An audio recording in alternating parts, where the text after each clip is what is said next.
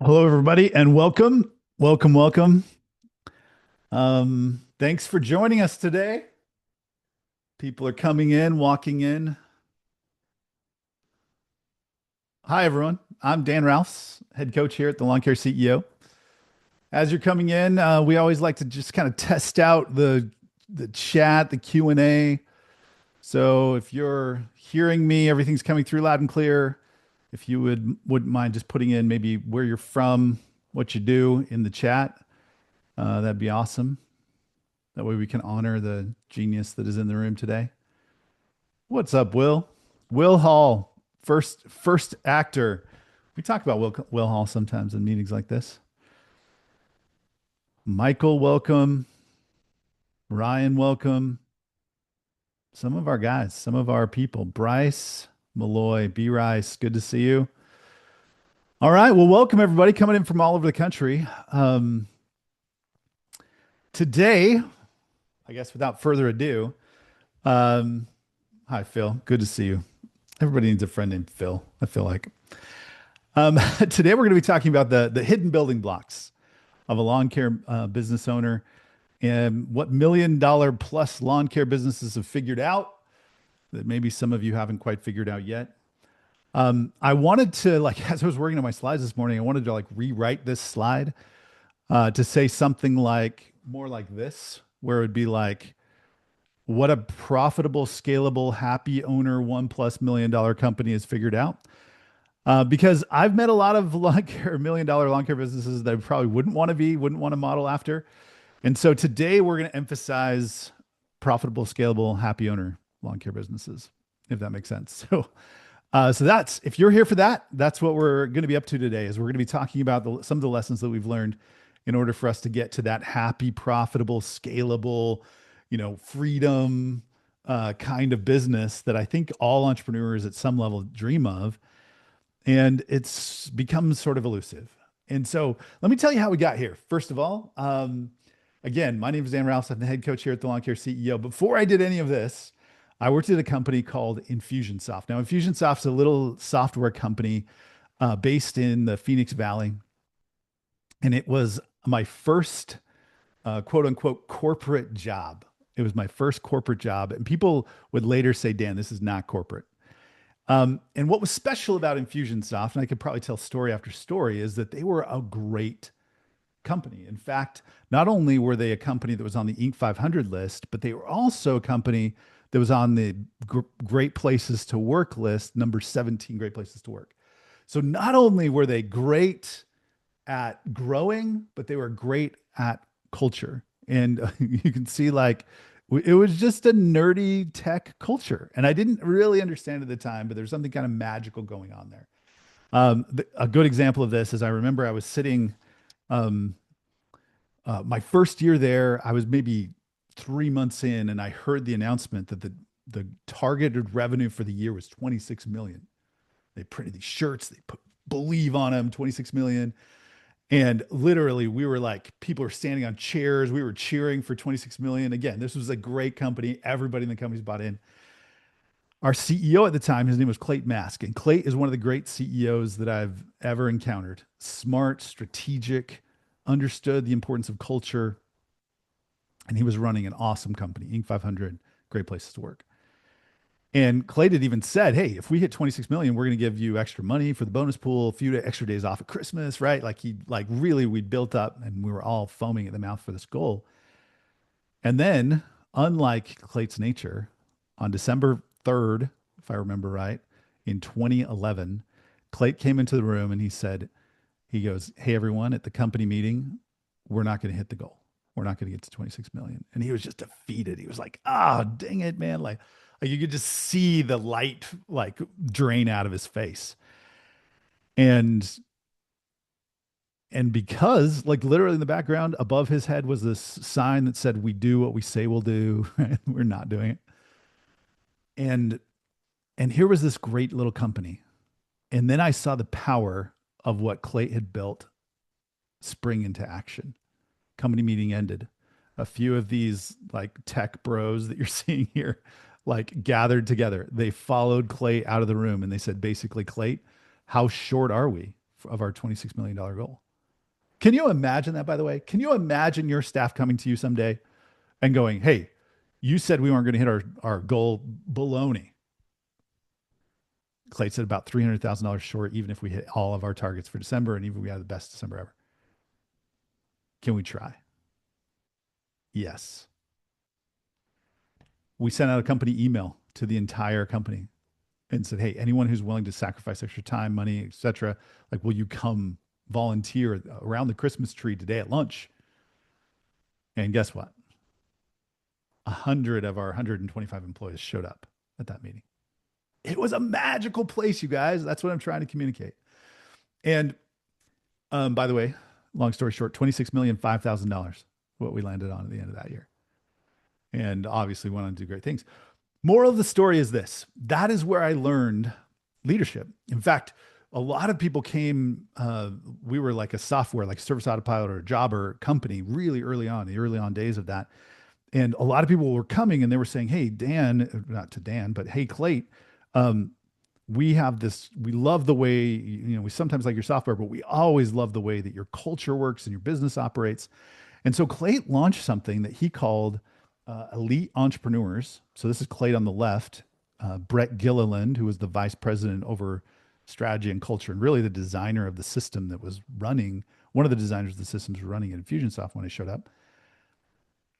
They launched something called Elite. And Elite was their way of teaching small business owners, particularly business owners who were at $1 million and trying to get to 10 million.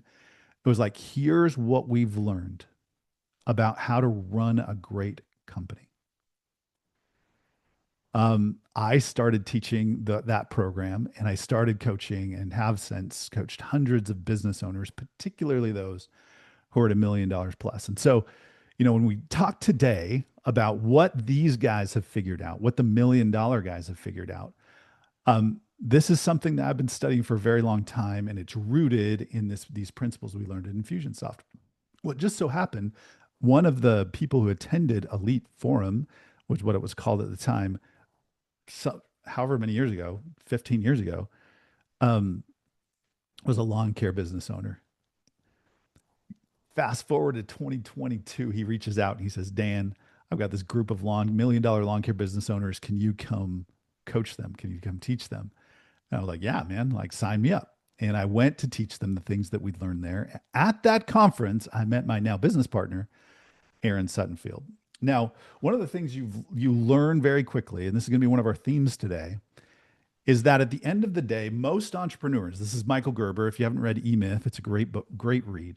Most entrepreneurs, he says, and I would just insert lawn care business owners, are merely technicians with an entrepreneurial seizure, which I really love that idea of having an entrepreneurial seizure. If some of you remember that entrepreneurial seizure moment where you were like, I'm going to do this on my own. I'm going to start a little thing on the weekend, or I'm going to get some beer money. Like whatever the excuse was to start this little lawn care business that now has turned into a thing, started with an entrepreneurial seizure. And my business partner 30 years ago had an entrepreneurial seizure. This is the closest picture of I could get to Aaron Suttonfield in 1996. But 1996, Aaron had an entrepreneurial seizure, and this will all come together here in a minute. So just be patient with me. And he's done it all, right? He did it all. He had his box truck phase. He had his, that truck phase. He did Christmas lighting. He has van phase. He's back to trucks. Like, he's been through it all, done all of the different, you name it, in lawn care. He told stories of like installing turf at a theme park, right? Like, it's like, you name it. He's done it in the industry. Well, when I got invited to come coach lawn care businesses, Aaron also got invited to come coach these lawn care businesses in this community. And we met, and long story short, we launched a little business called Lawn Care CEO. And the reason we launched this business is this. We saw what Aaron had built. And I saw as I met all these lawn care business owners, I went, man, there's so much we could do. Could we, between Aaron, my tech background, and Aaron's lawn care background, could we develop a way of helping lawn care business owners make this easier? Is there a way that we could create a system that would allow us to help lawn care business owners make it way easier. And why lawn care business owners? In part because of Aaron, but in part for me, because I'm not a lawn care, I wasn't a lawn care guy, I owned a lawn care business. For me, it was really about kind of falling in love with the blue collar, hands in the dirt guys. And my goal was, hey, how can we help? Can we figure it out? Can we make coaching less of an art and more of a science? Could it be like medicine, where people come in and we know we can diagnose and show you exactly what's going on?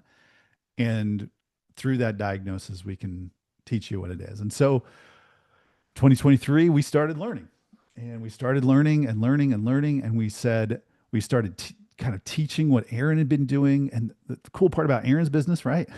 You'll notice Aaron is still running a business that's over $1 million in revenue, a little fertilization weed control business out of Charlotte, North Carolina called RDS. And what Aaron had learned is he learned a bunch of things that I'll teach you today, but he learned to operate and organize his business that he's running $1 million business at, spending like 5 hours a week on this thing. And it's just humming. It was like a machine. And so we started teaching and sharing what Aaron was doing and learning from other businesses. Some of those businesses we've been experimenting on are in this meeting. So thank you guys for letting us experiment on you. But as we learned, we started teaching more and more. We started kind of sharing what we've learned. And so today, as we dig into this, I just thought I would start with a little background of where we're coming from. And stick around, by the way, because at the end of the day, my goal is for us to be, world class at helping lawn care business owners figure out how to, in very practical, down to earth, not just pie in the sky platitude ways, how to actually go and execute and create a business that will serve their families. Because I want you guys to have extra time and money, because I am at least naive enough to believe that you'll actually go do some good with it. Fair? Okay, so that's what we're up to today. So that brings us to our topic. Our topic is the hidden building blocks of a $1 million lawn care business. And so we're going to talk building block by building block, very practically things that we've been learning as we've been observing lawn care business owners over the last 3 years, principles that have worked in the lives of our coaches. Kudos to Sam Gustin, who's on the call today, one of our coaches. What's worked for Aaron, what's worked for what we've seen work in the 40 or 50 companies now that we've coached and experimented on. And so hopefully today I'll share some things that will help you get there. One of the things that we did when we were studying at Infusionsoft is we actually started studying small business at large. And I think the application is still here. And we won't dig into all of the details of this sheet. But basically, we broke down small business owners, and this is across all industries.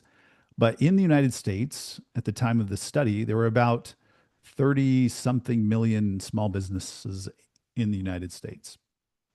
By the way, half of those I think are lawn care business. I'm kidding.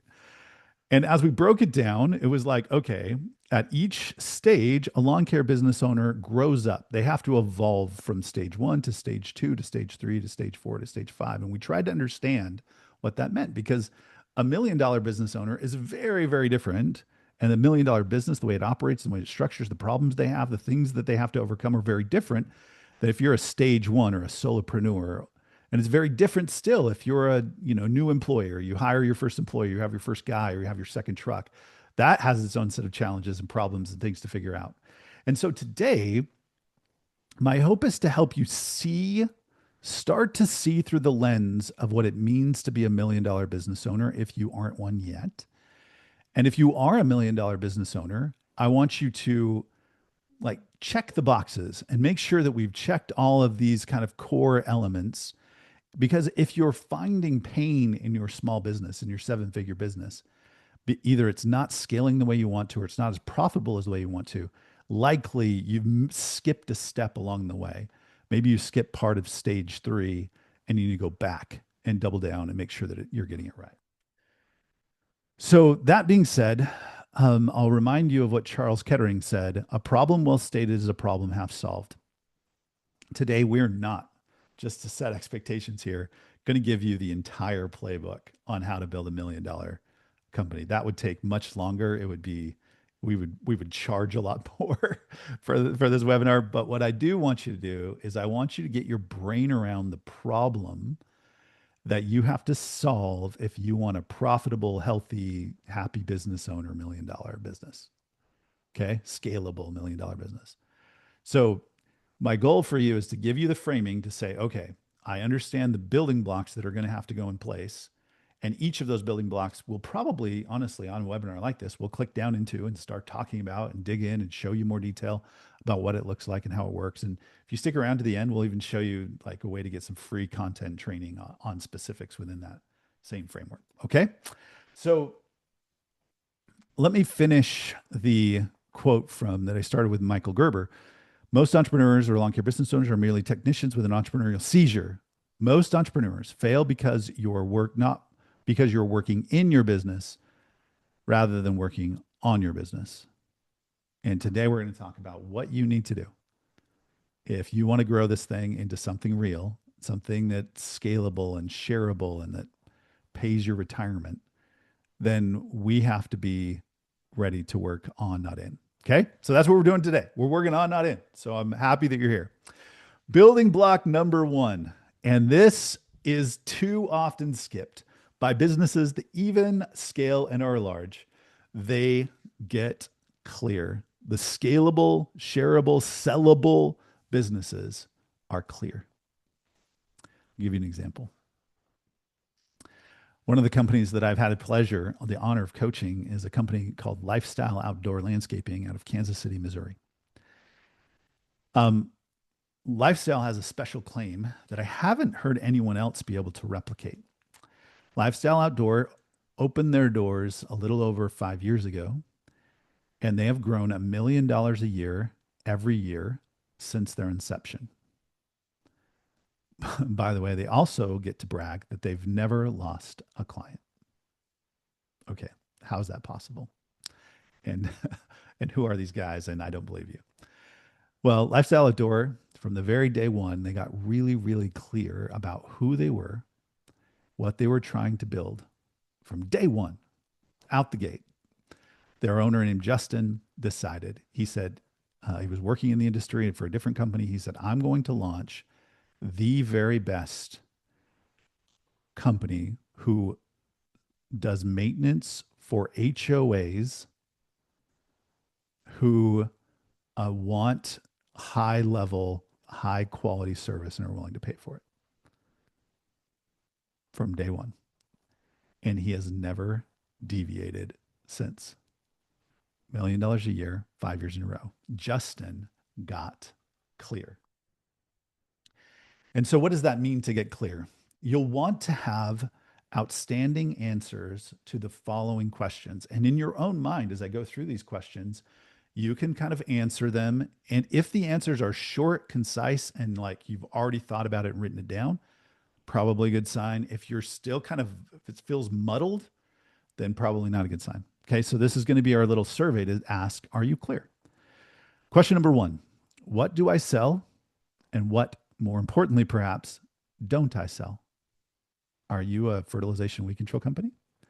Are you a mowing maintenance and enhancement company? Are you a landscape project installation company? Right? So who are you? The answer, if your answer to the question is I'm all of those things, then I don't think we're clear. Okay? I don't think we're clear. And so you want to get really, really clear about what do I sell, and more important, what don't I sell? The temptation early on in business is I will do anything. We're sort of dancing monkeys. I will do anything that pays me money, right? You need a backyard pergola installed? Yeah, we do that. You need pavers put in? Yeah, we do that. You need irrigation repair? I don't know how to do that, but I'll figure it out, right? And good entrepreneurs, by the way, and maybe that's the early stages, how we got to feed our family and take care of things. But if we want shareable, if we want scalable, it's going to require for us to narrow our answer to this question. So question number one is, what do I sell? What don't I sell? Question number two, what do I sell? Who do I sell it to? And again, who don't I sell it to? I have one of the companies that I coach is launching a commercial division. And one of my first questions for them is, who do you sell commercial work to? And more importantly, Who don't you sell commercial work to? Do we take those big $400,000 contracts or do we not? Do we only focus on high end boutique, you know, downtown shops? We're going to get really good at those. Or does that make sense? If you're a fertilization or maintenance company, we're going to get really good at selling to soccer moms who are living in families with dual incomes who don't have time on the weekends because they're out. Like get clear about who we're selling to, what we're selling, who we're selling to. Number three, this is probably, again, this is an area, if you've been following our webinars, you're going to know we've talked about this before. But one of the things we've talked about is what does it cost me to produce the work? We call this cost of goods. So cost of goods is labor and material. And what does it cost me to produce the job, whatever that job might be? Even great companies that I've been met, and sometimes $1 million plus companies, have skipped this step of really understanding the cost of goods game. And at Lawn Care CEO, if you stick around long enough, we talk about this principle called 40-40-20. 40% cost of goods on your P&L, 40% overhead, 20% net profit. And if you don't have a business that's 40-40-20, I'm like, pause. Don't scale, don't sell. Like, know your numbers well enough to make sure you know that I know it costs me about 40%. Now, my ideal is for every dollar it costs me, I make $3, right? 33% cost of goods. And in this industry, it is totally doable. I have coached companies that are $5 million companies, cost of goods in the mid 30s. Depending on what you're selling, it's going to vary, but you can do it, right? And so as I'm building out this business model, I'm saying, all right, what do I sell? Who do I sell to? And then how much is it going to cost me to sell one unit of that based on square footage, based on other criteria? Now, if I have multiple products or multiple things I sell, I need to do that for every one of them. I think I've told the story before where I met a company who did fertilization, weed control, and high-end custom golf course, artificial golf course greens. I was like, all right, weird combination of things that I sell and who I sell it to. By the way, it becomes more complicated if I'm selling it. I'm not very clear if I'm selling two different markets and two different products and two different everythings. It's a very confusing, not very scalable business. But at the end of the day, when we actually unpacked it, the artificial golf course greens were costing like 90% cost of goods. But he wasn't sure about how much it cost. I said, is it profitable to do those things? He's like, yeah, probably. I'm like, ah. And if you're listening, by the way, I apologize. But it was like scary to me because he didn't understand what it cost. So the guys who figure it out, the guys who are profitable, the guys who understand their profit and loss statement, they have great bookkeepers, they figure it out.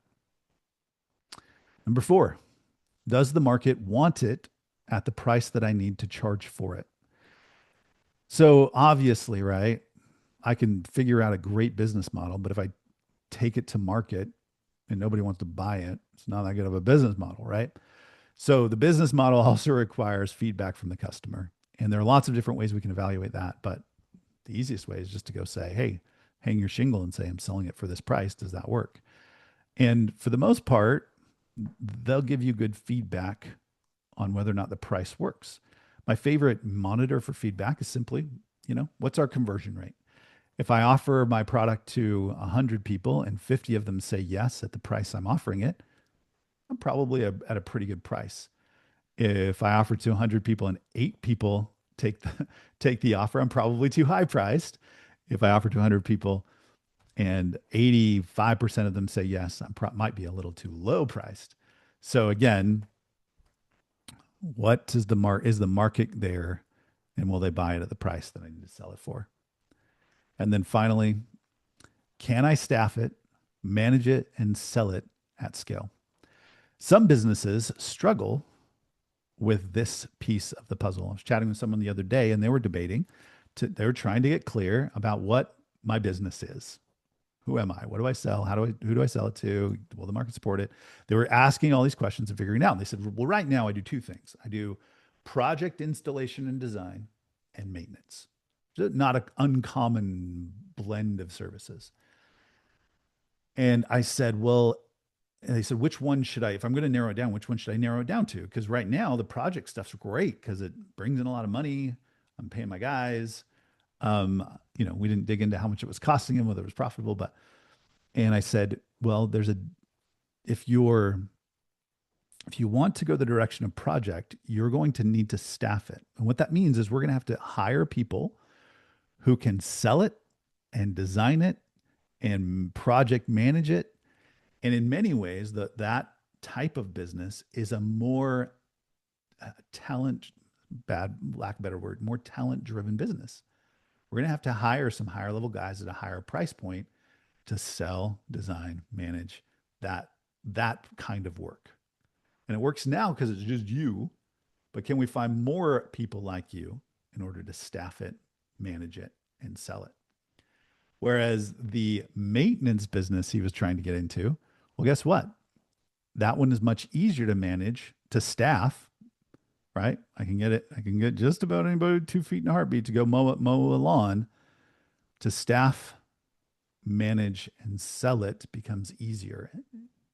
And so I mean, I'm not here to preach one business model better than the other. I've heard some Facebook posts are like, yeah, be a landscape, project guy. Why would you ever do maintenance? And other guys are like, why would you ever do projects? Do maintenance. I'm not here to argue one or the other. What I'm here to argue is you should go find something that works for you that you can staff, manage, and sell at scale with 1,000 clients at 2 million, at 4 million, at 8 million. And sometimes that depends on your market, depends on your personal network. It depends on all those things. And so but the step is that we have to get checked off the books here. If we're going to build a great business, is we have to get clear about who we are and the great, scalable business models like Justin Simpson in Kansas City, Missouri. He got clear. Building block number two. Building block number two is that those who grow and scale a business, they build out the back end. So what do I mean by that? When I was growing up as a kid, I lived in Southeast Idaho, and at 14 years old, the job that every kid in my little town in Southeast Idaho got was the pipe mover job. And literally they wake up before dawn, they drive out into the woods, out into the countryside, and they would pick up these massive metal pipes and they'd essentially move them 8 rows and they'd set them down and they plug them together and they would basically move the entire sprinkler system from one stage to the next. It was hard, manual, difficult work. Right. And that was the job. Now maybe that's how old I am, because eventually they invented something like this that just automatically moved. Too many of you are manually moving this business forward, having to lift every pipe every day and move it to the next stage. Where the $1 million business owners, they figure out, hey, listen, I'm going to put a machine in place to do it for me. Another maybe more relevant example, some of you are still hand watering your lawn instead of installing irrigation systems that do it automatically. The companies that allow themselves to scale automate, systematize, and design a business that allows them to not do all of the tasks in the day. They accept credit cards, not checks or cash payment, because they understand even though they're paying 3%, they can do that automatically rather than taking an hour out of their day to go to the bank and deposit checks. Make sense? So the target is to stop being this kind of business owner where everything's in a notebook. I was chatting with one of my clients the other day, and I was like, "Hey, do you have a list of like leads you heard from this week?" And he held up his pad of paper. He's like, "Yeah, it's right here." I was like, "Wait! Like we need a system that will allow us to work." So businesses that do eventually scale are much less these kind of detailed notes in a notebook and much more, a mapped, structured system that people and software can manage for that owner. And unless it's mapped, unless there's a system in place, it can't be delegated. And it can't be delegated either to a person or a machine. Okay. And in order for me to build a business that I handles, if it's a lawn care fertilization company at $1 million, maybe you have 1,000 or 1,200 clients. You think you're going to be able to keep that all in a notebook? 1,000 clients? No, right? You're going to have to figure out a way to create automation. And so those $1 million business owners figure this out. So if you haven't done this yet, or you haven't done it recently, I'm going to encourage you to pull out a pad of paper to start, or a software like Lucid Charts, or what's the other one, Sam, that you use? Forget. Type it in the chat, maybe. He'll type it in the chat. But it's like there's softwares that will map it for you. But even if it's just a pad and paper, draw your business. Sit down and say, what happens first? Well, first I go hang a door hanger on a door. What happens next? Well, if it goes well, that person calls. What happens next? I pick up the phone. Now, as you go through the process, you're going to map this very simple straight line process. Door hanger, I pick up the phone, I give them a quote, or I go to their house and give them an estimate. They say yes, I do the work, right? It's a very linear path that would be the first drawing. Where the system gets more complex is the next question, which is what if it doesn't happen that way?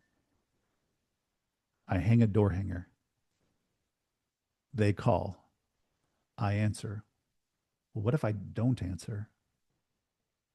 Well, then I branch off and there's a new line that says, well, what if I don't? And then if I don't answer, they're going to leave a message. Well, what if they don't? Well, if they don't leave a message, I'm going to capture their phone number and send them an AI text that says, hey, I saw that you just tried to call. So sorry I missed your call. Um, you know, is there something I can help with right away? If not, I'll call you back later this afternoon. Do you see that? Like how that automated piece all of a sudden is a system built. We're building a business and we build it in systems.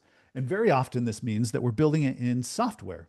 So uh, most people I talk to in the industry have some sort of CRM software, whether it's Jobber or Copilot or Service Autopilot or Real Green or whatever it is. They have some kind of software where they're working out of here. If you don't yet, it's time. You will never get to $1 million with a pad and paper and a notebook or working out of your QuickBooks account. Like you need to. And this is coming from experience of meeting guys who are at $1 million still working out of their QuickBooks account and suffering desperately because they don't have a lot of automation. You need to move to one. If we're recommending one, we usually recommend Service Autopilot as a great starter and a great place to that will kind of grow with you. That's pretty universally useful. Now, for those of you listening who tried Service Autopilot and hated it, yeah, like pretty much all the softwares have their pros and cons. That's the one that we recommend. It's really kind of just a hardy software. The other piece of software that needs to be in place right away is your accounting software. QuickBooks Online is what we recommend. And then I'll talk a little, just very briefly, about Go High Level, which is our marketing software. If you're not technical, please just cross that one out, and we'll talk about the team in a minute. But that's one we're starting to test with as well. So the reason I bring this up is like, where are we building our software? Where are we building this system once it's all drawn on paper? For the most part, we're going to build it into technology first. We're going to build it into systems. And if we can't build it into systems, we're going to build it into team. So you start to build a little bit of a team. And early on, those, again, who make it to that $1 million mark, especially in a scalable, profitable way, they early on are grabbing team members and adding them to their team, right? So a good example of this is like finding a good bookkeeping tax person, right? That they're like, hey, I'm going to delegate that, $10 an hour activity so I can work on $25 or $30 an hour activities. And so we obviously recommend Lawn Care Books if you're needing a bookkeeper right now, or a marketing agency. I find a great marketing agency. I wish I had a good one I could recommend. If somebody does have a good one they recommend, please let me know how long you've been working with them, and then please send me an email and let me know if you like them, because we're trying to find good marketing agencies that people recommend. One of the hacks we use as we're building systems and we need people to operate those systems is hiring an overseas VA. Something we recommend, especially when you're at $300, $400, $500,000, where the admin's starting to get really heavy. It's hard to execute and operate the systems. For $1,000, $1,200 a month, you can have a full-time overseas VA that's great and speaks good English. If you want more information about that, send an email to info@lawncareceo.com. So, moral of the story, if we're going back to this kind of idea, we want to create our business, and it's going to start by drawing the business. What's the structure? How does it work? And then we're going to leverage software and people, right? Whether it's that first office person, whether it's the bookkeeping person. But before we can delegate to software or people, we have to first understand what we want the software and people to do. And that comes by drawing this customer journey, drawing the flow. And if that's where you're at in your business, or you're ready to get started, stick around next month, March. I think it's actually March 17th. I think I changed the date. March 17th, cross that out, March 17th. We're going to have another webinar led by the systems guru. I call him the Rain Man of lawn care, Sam Gustin. It's called Systematize or Suffocate. So we're going to talk a lot more about what it means to systematize your business as we move forward. Number 3, they build a team. Now, we've already talked about this in webinars previous. There's a webinar. I'll show you how to get access to it later on, but where we talked about how to build a team.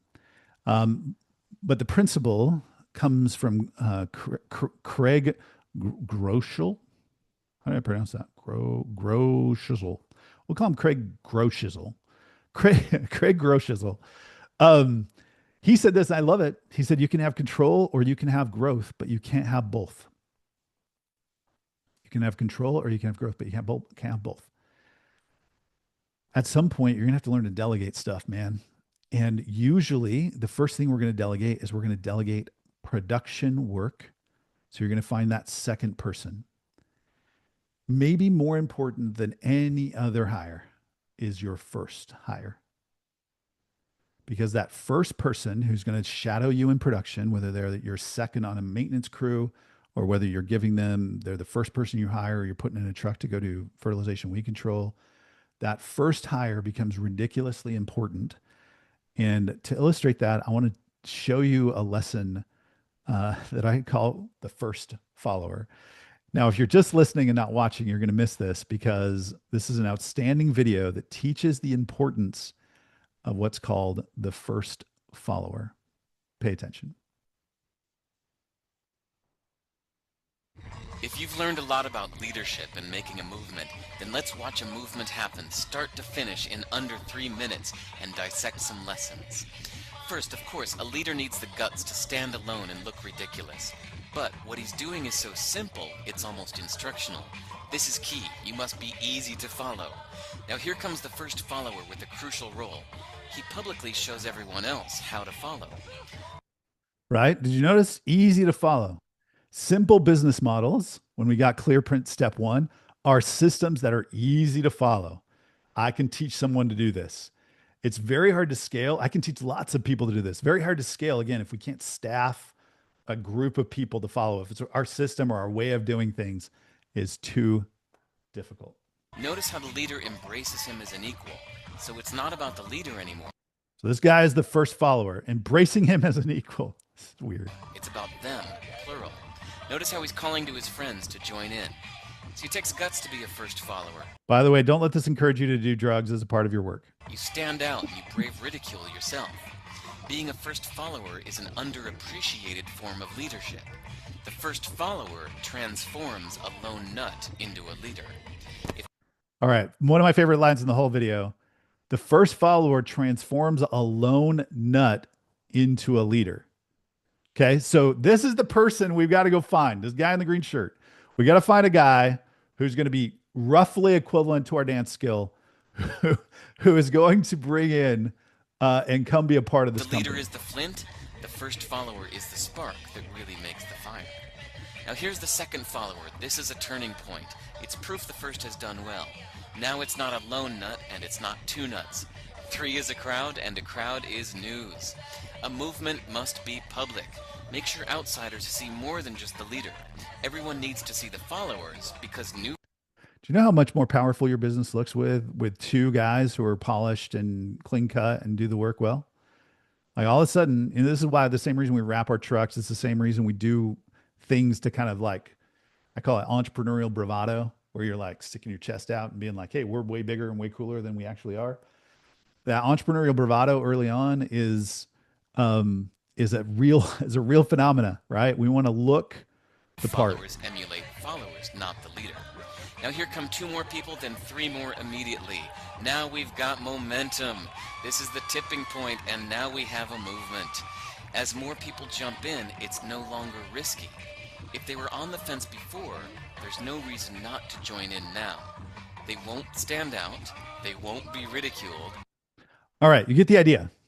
So this first follower is a vital part of how we scale up a business. And it comes honestly, typically it comes in a few forms. Many of you already there. You already have your person.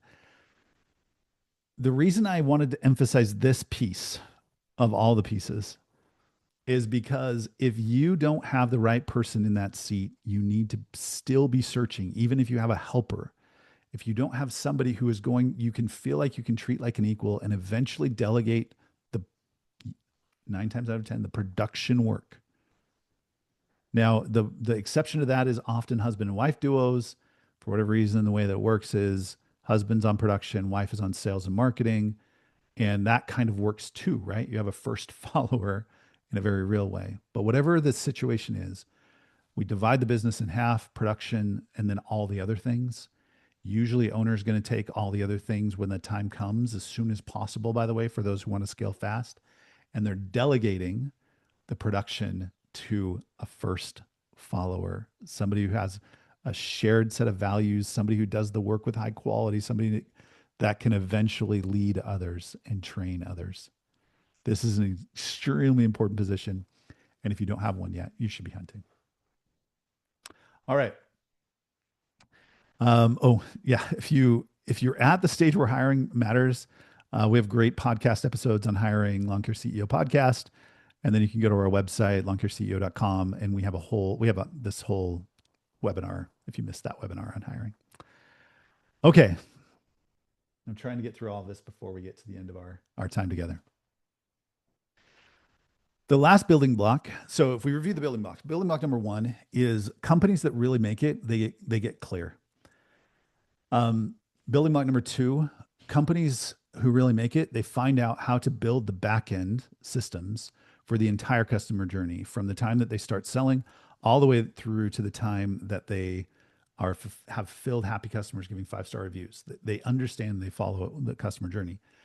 Principle number three, so they build out the back end. They use team and systems to build out that back end so that they know exactly how they want the business to run. And they keep jamming on that. They keep working on improving it until they have something they go, man, if I just pump people into this thing, they're going to really go. And then number three is they build that team. They start to add key players, not just 2 feet in a heartbeat, but like real legit people who are actually going to be able to help them grow and scale. Dan Sullivan called it who, not how. It's like they find the right who. They find the right people who usually share core values and who are willing to work hard and be bought into this as something that's going to grow and scale. I just don't know of a company that made it that didn't have a great number two. And so if you don't have a number two, you should start hunting. You should start searching. You should start what I call soft lobbing, where you bump into somebody who say, man, do you ever think about coming to work for a lawn care company? Right? You start seeding with brother-in-laws and cousins to go find the right people to bring to the business. The final piece, building block number 4, we already hinted at. Those who make it to that $1 million, especially a scalable $1 million, have some kind of rhythm or habit in the way that they operate, where they're working on the business, not in it. I learned this lesson first from my friends at Infusionsoft that I talked about at the beginning. Clayt had a tradition in the business. When I showed up to the business, there's this tradition. It was called Early Release Fridays.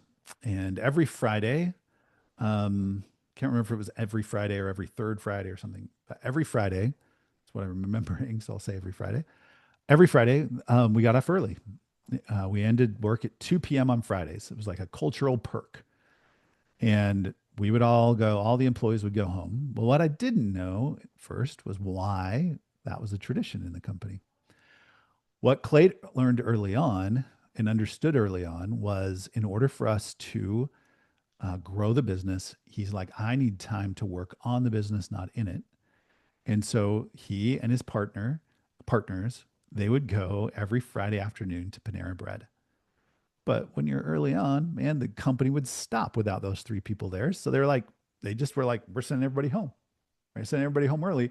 And every Friday afternoon, we're going to go to Panera Bread where nobody can interrupt us or bother us and we can eat good food.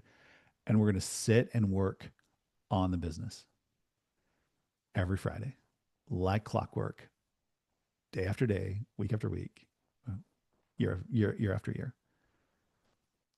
And pretty soon, because they installed great systems, automations, because they hired and trained team members. And when were they hiring and training team members? In those 3 hours. When were they hiring and, when were they building systems? In those 3 hours. They had this rhythm that every week I work on the business, not in it. Every week on, not in. And candidly, even though it was like 2 to 6 or 2 to 5, it wasn't just 3 hours. It would turn into 4 or 5, but they did it consistently. And they would constantly be adding the pieces to the puzzle, adding pieces to the puzzle, adding pieces to the puzzle until eventually that 3 hour block, all of a sudden, the owner wasn't as needed as much. And he could take a full day and just start working on it, not in it. And then pretty soon it was 2 days and then three and then a week. And then pretty soon he had a full time guy who all he did all day was work on the business, not in it. Does that make sense? And so when we're starting that journey, when we're trying to get to be the guy who has all the time in the world, to be like my partner Aaron, who doesn't only works on the business. And if the business doesn't need to be worked on, he just has extra time on his hands to launch Lawn Care CEO. So if you want to get there, the challenge becomes, okay, how do I do that? How do I get there? Well, I start with a Panera Bread experience. I start with 2 or 3 hours consistency. Small businesses stall not because of lack of effort. Everybody's working hard. They stall because of lack of focus. They're working hard, but on the wrong things. And so the message today, if I can share no other message, is the thing, the core mindset shift that happens for the $1 million business owner, the people who make it to the million, is they shift their mindset, you guys, from somebody who believes that just going and working hard will eventually get them there to realizing, no, no, no, no, I got to work smart. I have to stop being a lawn care guy and I have to start being a business owner, a business builder, a business designer. I have to stop being a lawn care guy. I have to start being a sales and marketing expert. I have to stop being a lawn care guy. I have to start being a CRM expert. Now, if you don't have any interest in that, then it's fine. Don't be $1 million lawn care business owner, but it's a requirement for guys who want to make it to $1 million that someone in their business, so maybe your spouse or somebody wants to be that person. I have a neighbor, bless him, has no interest as a lawn care business owner. I showed up, I was like, you're a lawn care guy? I'm lawn care CEO. And I was all pumped to teach him all the things. He's like, nah, I'm good. I want to stay small. Well, as if he wants to stay small, he's right where he needs to be. He doesn't have to learn all this other stuff. But those who do want to scale need to transition from lawn care guy, from guy who mows lawns to business owner CEO. And until you make that mindset shift, you're always going to struggle. You're always going to struggle to get there. So, my question for you, and this is a write down, pull out the pad of paper or text yourself moment. What is your Panera Bread plan? Panera Bread plan. Is it, Monday mornings? I'm just going to get up early and crank Monday mornings, by the way, terrible times. Wednesday afternoons? Is it Saturday, after football? Whatever. Like whenever it is for you that you're going to lock in, work on, not in. Everyone have that? Honestly, if I just stopped there and I was like, that's it, that's the thing, you go execute on that. I usually recommend like 3 hours is a good amount, 3 to 4 hours a week, uh, which constitutes what, about 10% of your time that you're going to go spend 10% of a 40-hour week. Yeah, come on, let's be honest. You guys aren't putting in 40-hour weeks. But even if 4%, which maybe constitutes 5%, like 0.5, 0.1% of your week, 5% of your week, but you're putting in that time on, not in, and you'll watch that time grow and you'll watch your business grow. Okay. One of the things we do here at Lawn Care CEO is we've started to document and hopefully help you work on that Panera Bread time. So one of the questions I often get is like, well, what do I do? I sit down on my computer and now what? Well, if you don't know the answer to that question, if it's not, you're not clear on the things that you need to do, here's what I'm going to recommend. It's a little self-serving, but that's okay. We've launched something we're calling our DIY membership program. This is from Lawn Care CEO. And in it, we have 15 and growing courses on how to go work on not in. Whether it's, all right, I'm going to go figure out my pricing, make sure my pricing's right. Whether it's, all right, I got to build a budget for the year. I don't know how to do that. I'm going to kind of work through that. How to build a customer journey, how to build out my CRM, how to leverage my CRM, how to do P4P, how to do hiring, how to do all that stuff, right? And we built this originally because I had somebody that called me up, and this is a year ago, and they were telling me where they were at, and they wanted to scale to the million, but they were little. They were 150,000.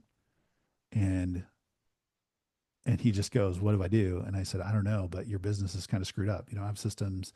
You don't have team." Like I was telling him all these things. He's like, and he called me back a year later. He's like, "Dan, I felt like you just yelled at me, but I went and figured out the things that you've told me to figure out just by my sheer will and listening to my podcast, listening to your podcast." And he said, now I'm ready to scale. And so because I felt so bad, we would tell people that they didn't, I didn't have a coach. We were too expensive to hire us as coaches. But we built this to be like, hey, if you're a DIY guy and you can block out time, we're going to walk you through the process of building a great lawn care business. And that's what our DIY membership is. And by the way, $97 a month. My rule on coaching and training is like, it should 10x the investment. So what is that? $1,200. So can we make your business $12,000 better if you sat down and learned how to install a system, learned how to install a customer journey, if you learned how to hire correctly? Would that be worth $12,000 to your business, much less 1,200? It's like, yeah, of course. And so $97 a month, but even better, because you're on this webinar and because Harrell's is our partner, you get your first month free. So if you haven't yet signed up for our DIY membership, here's how you do it. You're going to go to this QR code, scan this QR code, or you can just go to our website and look up DIY membership, lawncareceo.com. And just keep in mind, type in that when you go to pay, you're going to type in the code webinar and it's going to zero out that amount for the first month. You're going to get your first month free. And honestly, if you're super cheapskate, you just go do it all in a month. You like figure it all out in a month, right? And cancel. Like, I don't care. Like, my goal here is to help you figure this out, to help you. Now, hopefully we provide enough value. You're like, yeah, it's totally worth it. $97 a month. But the worst thing that happens is you get on, you check it out. You're like, dude, I'm learning a ton and now I'm going to get out and it cost me $0. Right.